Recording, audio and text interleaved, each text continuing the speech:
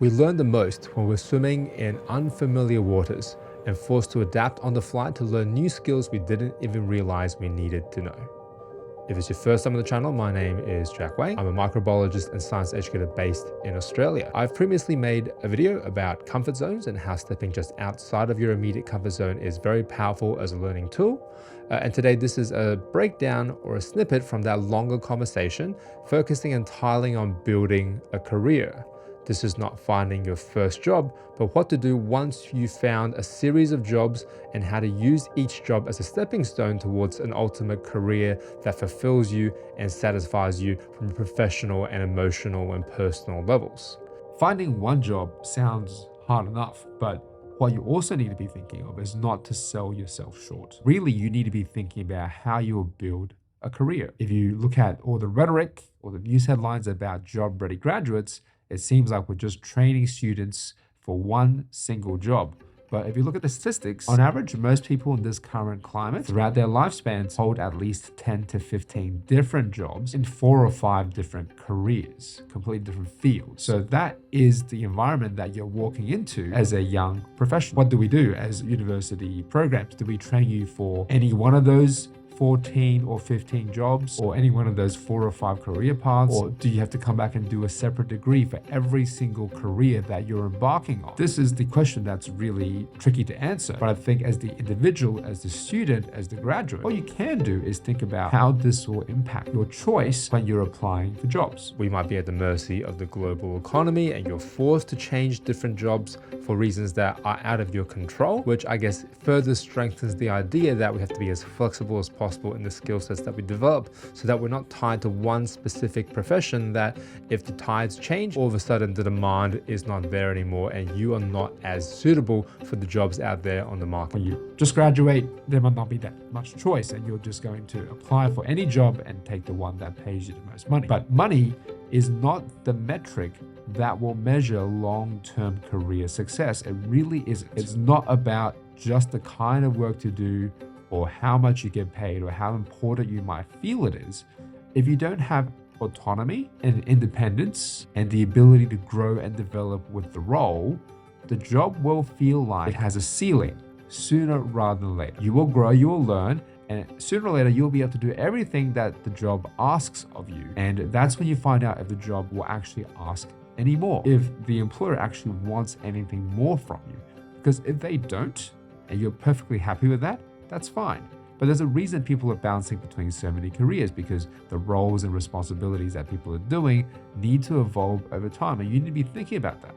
So you need to be picking jobs, ideally with all the other things equal, assuming that you were offered all of them, that reward your development as the professional. That is how you build a career.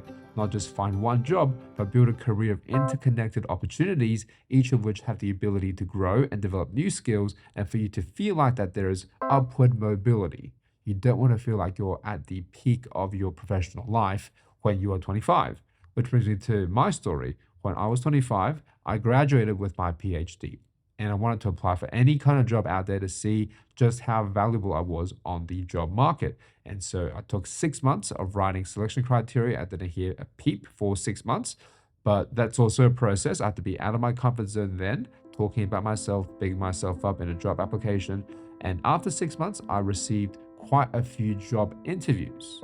Now, it turns out that I'm much better at interviews than I am at writing selection criteria, because once I interviewed for these jobs, I interviewed for 4 within a span of a couple of weeks, 4 to 5, I was offered all of these roles.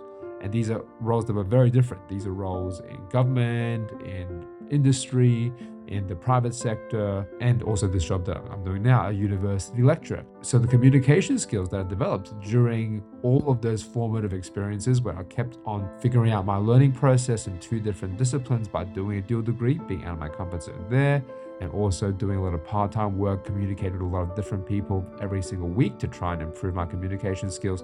It turns out that that translated really well into the employability market once I received the opportunity to talk to people face to face. So I still have to learn the skill set of writing selection criteria, writing my application and my CV. But again, that's a skill set that we all learn along the way. I received these job offers and I was faced with a choice. Which of these jobs scares me the most?